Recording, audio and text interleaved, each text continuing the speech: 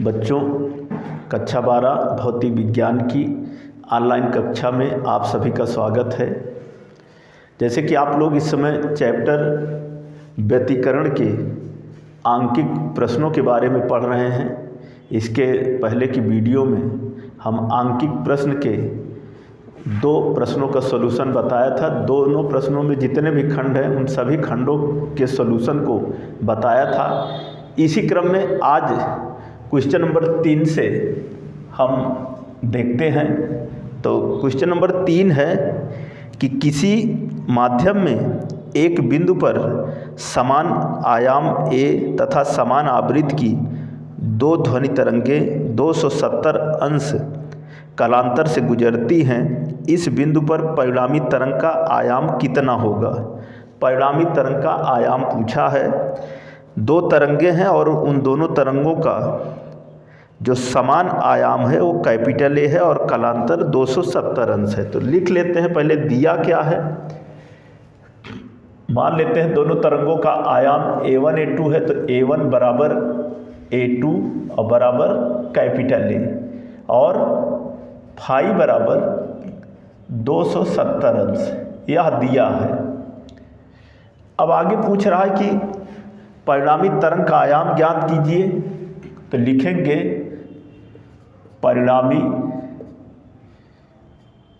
परिणामी तरंग का आयाम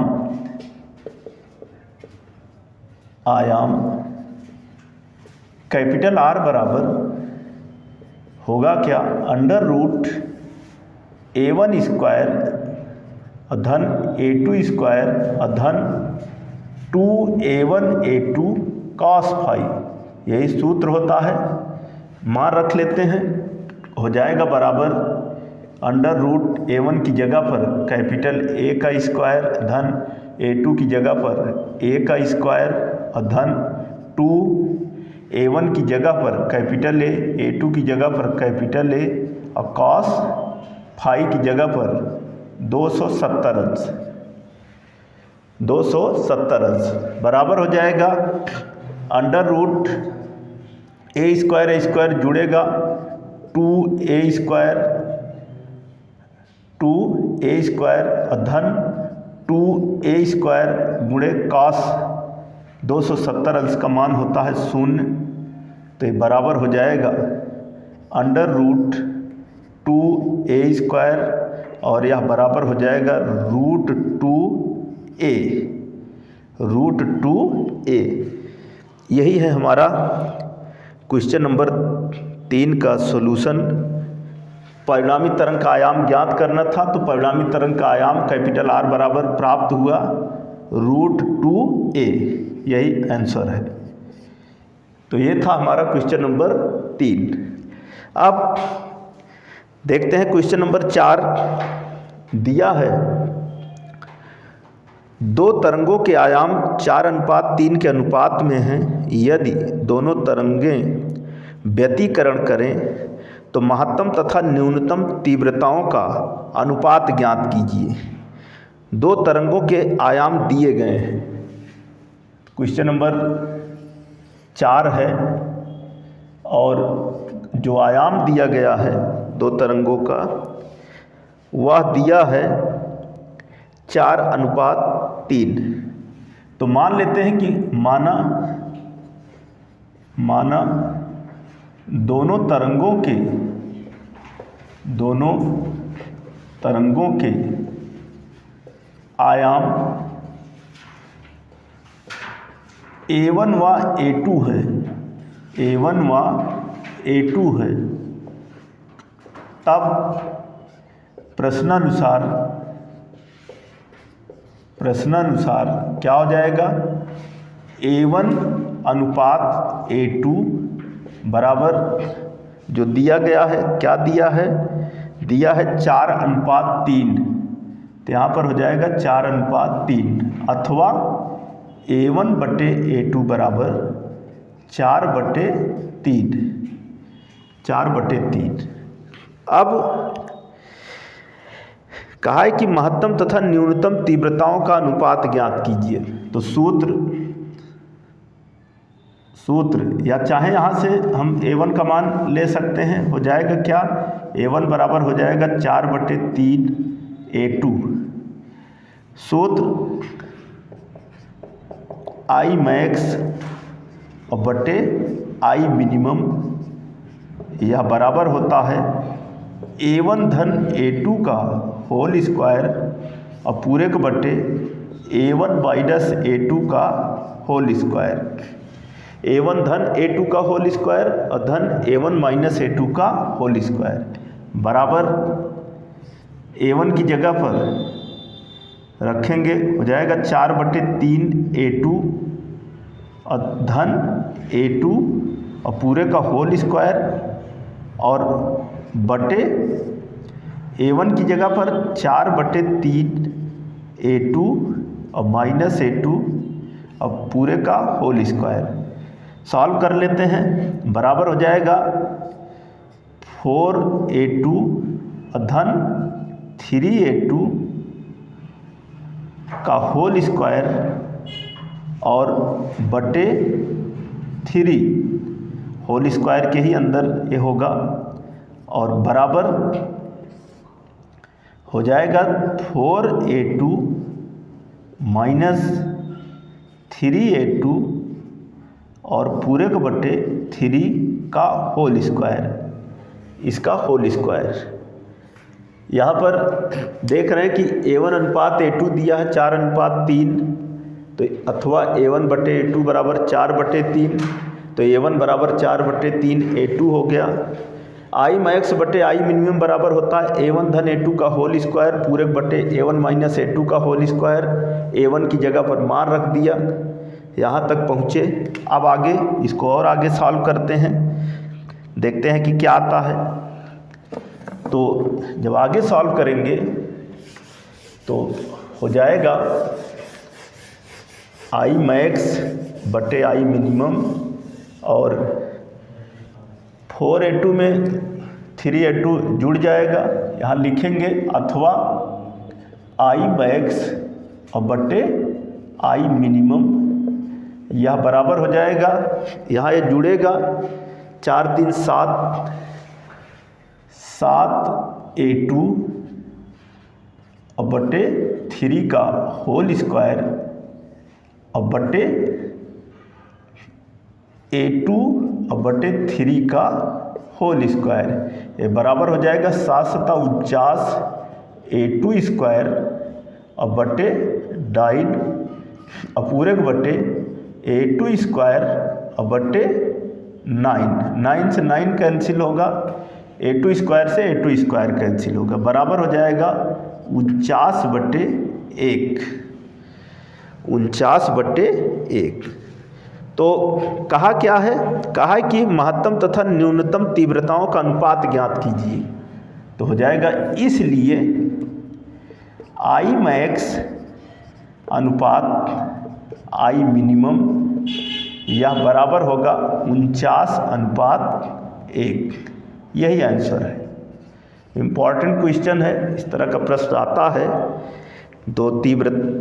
दो आयाम दिए गए हैं A1 A2 और अधिकतम और न्यूनतम तीव्रताओं का अनुपात ज्ञात करना है, जो कि सूत्र के माध्यम से जब कैलकुलेट किया तो आया I मैक्स अनुपात I मिनिमम बराबर 49:1। तो ये था हमारा क्वेश्चन नंबर 4।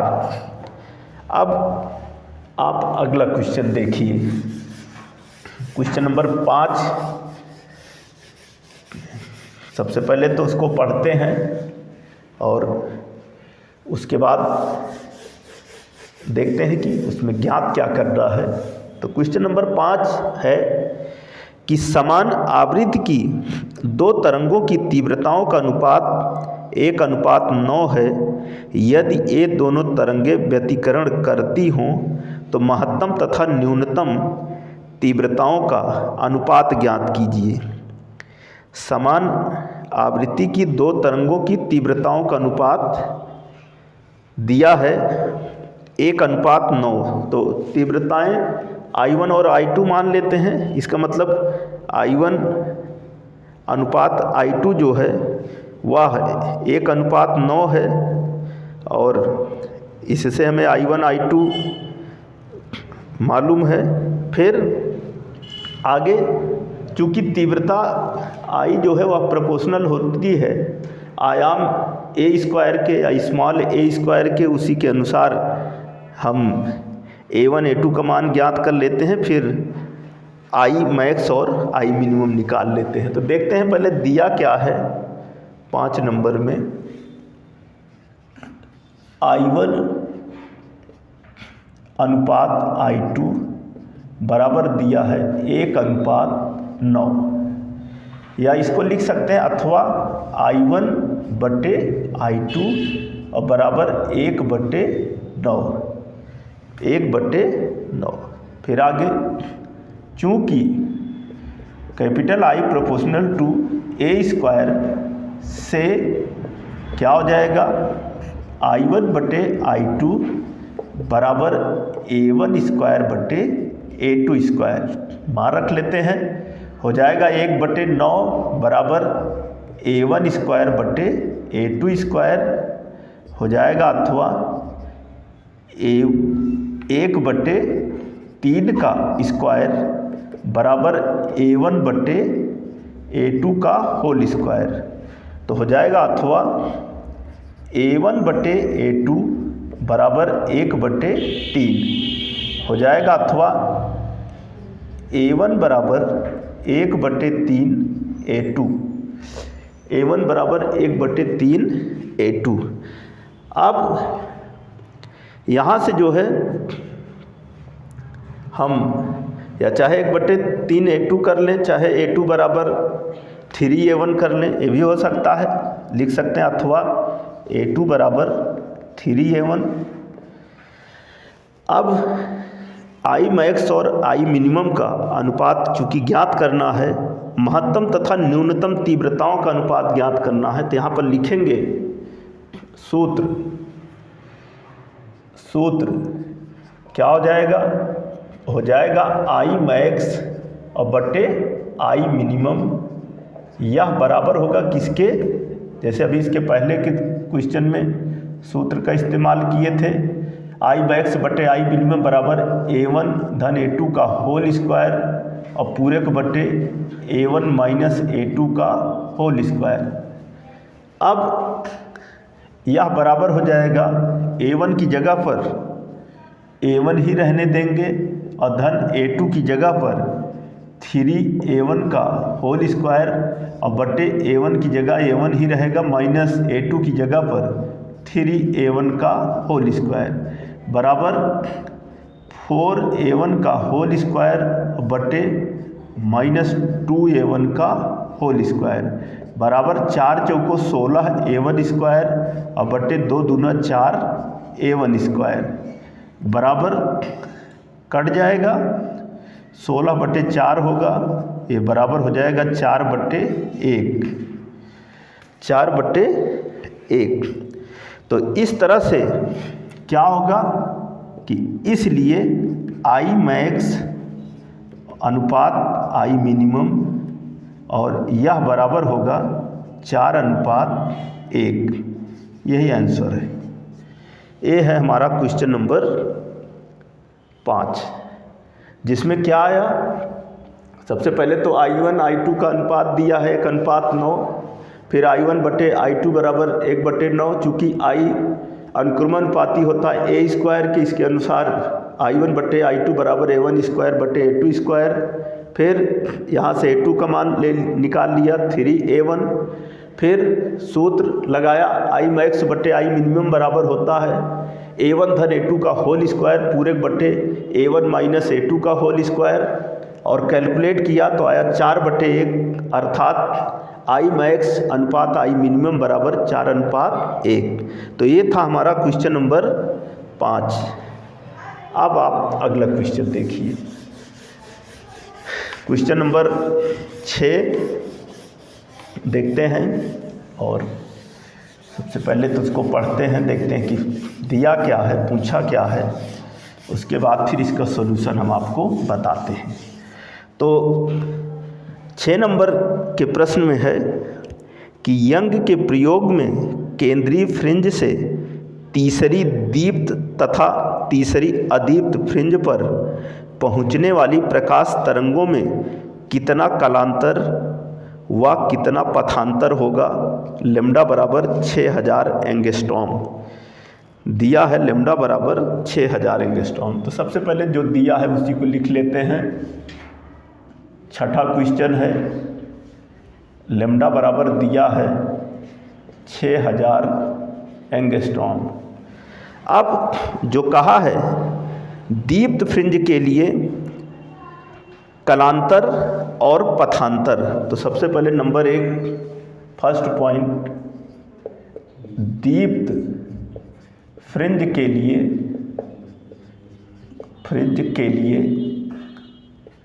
कालांतर, दीप्त फ्रिंज के लिए कालांतर जो कि फाई बराबर होता है 2m पाई, लिखेंगे फाई बराबर 2m पाई, और जहाँ m बराबर जो है वह 0 1 2 3 डॉट डॉट 0 1 2 3 डॉट डॉट। तो कहा है कि प्रश्न में तीसरी दीप्त फ्रिंज के लिए, तो लिखेंगे लिखेंगे कि तीसरी दीप्त फ्रिंज के लिए क्या होगा, हो जाएगा m बराबर 3। तो इसलिए कालांतर फाई बराबर हो जाएगा 2m की जगह पर 3 इंटू पाई, और बराबर क्या होगा 6 पाई। तो 30 क्या हो जाएगा 6 पाई। तो एक आंसर हमारा ये हो गया 6 पाई कालांतर, किसके लिए, तीसरी दीप्त फ्रिंज के लिए। अब इसी में पथांतर कहा है, तो लिखेंगे तथा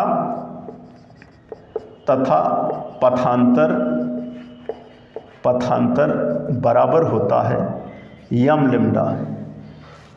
लेम्डा बराबर, चूँकि तीसरी दीप्त फ्रिंज के लिए है तो 3 इंटू लेम्डा का मान ये दिया गया है 6000, तो लिख लेंगे 6000, तो बराबर 6 18,000 एंगस्ट्रॉम, 18,000 एंगस्ट्रॉम। यही आंसर है इस छठे का जो पार्ट 1 है, जिसमें कि दीप्त फ्रिंज के लिए कालांतर ज्ञात करना था तीसरी दीप्त फ्रिंज के लिए।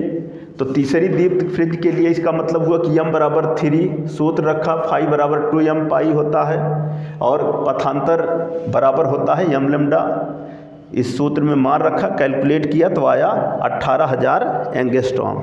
अब इसी में दूसरा जो कहा है कि अदीप्त फ्रिंज के लिए, तो लिखेंगे आगे इसी में नंबर 2 अदीप्त फ्रिंज के लिए, अदीप्त फ्रिंज के लिए हो जाएगा कालांतर, अदीप्त फ्रिंज के लिए कालांतर फाई बराबर, अदीप्त फ्रिंज के लिए कालांतर फाई बराबर 2m - 1 into pi, 2m - 1 into pi बराबर 2 गुणे 3, चूँकि तीसरी दीप्त फ्रिंज के लिए कहा है, या चाहे यहीं पे लिख लेते हैं कि इसलिए तीसरी अदीप्त फ्रिंज के लिए, अदीप्त फ्रिंज के लिए कालांतर क्या हो जाएगा फाई बराबर 2 गुणे 3 - 1 पाई, तो बराबर 6 - 1 पाई, और बराबर 5 पाई, बराबर क्या हो गया 5 पाई। तो एक आंसर ये हमारा हो गया 5 पाई। अब इसी में पथांतर कहा है तो लिखेंगे तथा पथांतर बराबर हो जाएगा 2m-1 इंटू λ/2, तो बराबर 2 × 3 - 1 लैम्डा की जगह पर 6000 और बटे 2 बराबर 2 × 6 - 1 इंटू 3000 बराबर 5 × 3000 बराबर 5 × 15 15,000 एंगस्ट्रॉम 15,000 एंगस्ट्रॉम। तो ये था हमारा क्वेश्चन नंबर 6, जिसमें कि दीप्त फ्रिंज के लिए कलांतर, तीसरी दीप्त फ्रिंज के लिए कलांतर पूछा था। कलांतर का सूत्र दीप्त फ्रिंजों के लिए होता है फाई बराबर 2m पाई और पथांतर होता है यम लैम्डा की। तो मान रखा, कैलकुलेट किया, यहाँ पे आया 6 पाई, यहाँ पर आया 18,000 एंगस्ट्रॉम। फिर अदीप्त फ्रिंज के लिए कलांतर जो कि सूत्र होता है फाई बराबर 2m-1 इंटू पाई, तीसरी के लिए मान रखा, कैलकुलेट किया, आया 5 पाई।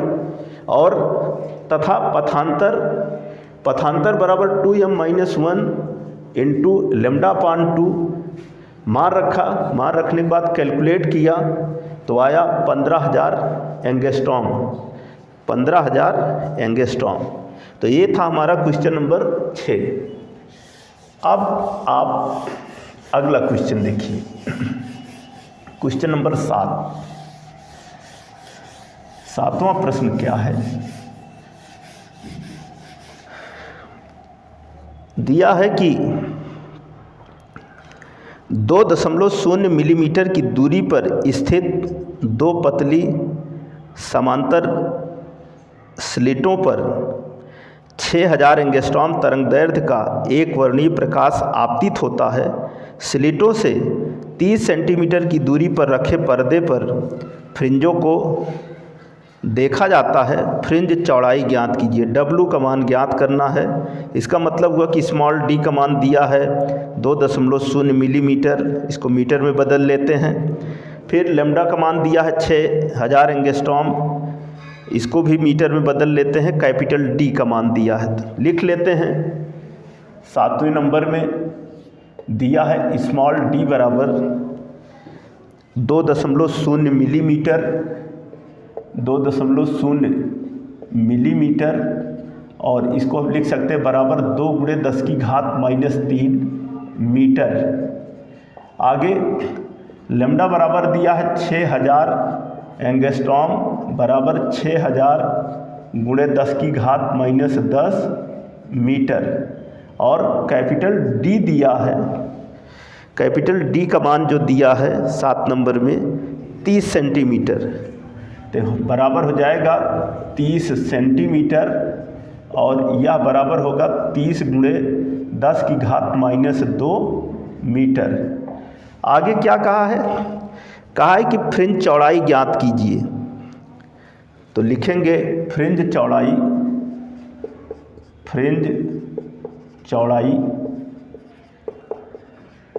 W बराबर d λ/स्मॉल d। W बराबर d λ/d, ये सूत्र होता है। मान रख लेते हैं, d की जगह पर हो जाएगा 30 × 10⁻² और लैम्डा की जगह पर हो जाएगा ये 6000 × 10⁻10 है। इसको हम यहाँ पर आगे लिख सकते हैं 6 × 10⁻7 मीटर, तो यहाँ पर हो गया 6 × 10⁻7 मीटर, और बटे स्मॉल d की जगह पर 2 × 10⁻³ मीटर। तो गुणा कर लेते हैं, 3 × 18 180 × 10⁻9 ऊपर हो गया, और बटे 2 × 10⁻³ नीचे हो गया। कटेगा 2 × 9 18, 90 × 10⁻6 90 × 10⁻6। ये इसको हम लिख सकते हैं बराबर 9 × -5, 9 × 10 की घात -5। एक बार इसको फिर से देखते हैं। दिया है स्मॉल d बराबर 2 मिलीमीटर, तो हो गया 2 × 10 की घात -3 मीटर, और लेम्डा की जगह पर 6000 एंगस्ट्रॉम है, तो 6000 × 10 की घात -10 मीटर, तो हो जाएगा 6 × 10 की घात -7 मीटर। 30 सेंटीमीटर है, 30 × 10 की घात -2 मीटर हो गया। यहाँ मार रखा 30 × 10 की घात -2 गुणे लेम्डा की जगह पर इतना, और बटे 2 × 10 की घात -3, 3 छंग 18, 180 × 10 की घात -7 हो गया, और बटे 2 × 10 की घात -3 कटा 9 × 10 की घात -6, और बराबर ये जो है 9 × 10 की घात -5 क्या मीटर, इतना मीटर। इसको हम लिख सकते हैं 9 × 10 की घात -2 मिलीमीटर, और इसको आगे लिखा जा सकता है 0.09 मिलीमीटर। तो यही आंसर है क्वेश्चन नंबर 7 का, और जो कि आया 0.09 मिलीमीटर। तो बच्चों, आज की इस वीडियो में हम क्वेश्चन नंबर 3 से लेकर क्वेश्चन नंबर 7 तक का सॉल्यूशन जो है वह बताए हैं। आप लोग इसको ध्यान से देखिए और नोट कीजिए। इस चैप्टर के जो शेष आंकिक प्रश्न है उसको हम आपको अगली वीडियो में बताएंगे। धन्यवाद।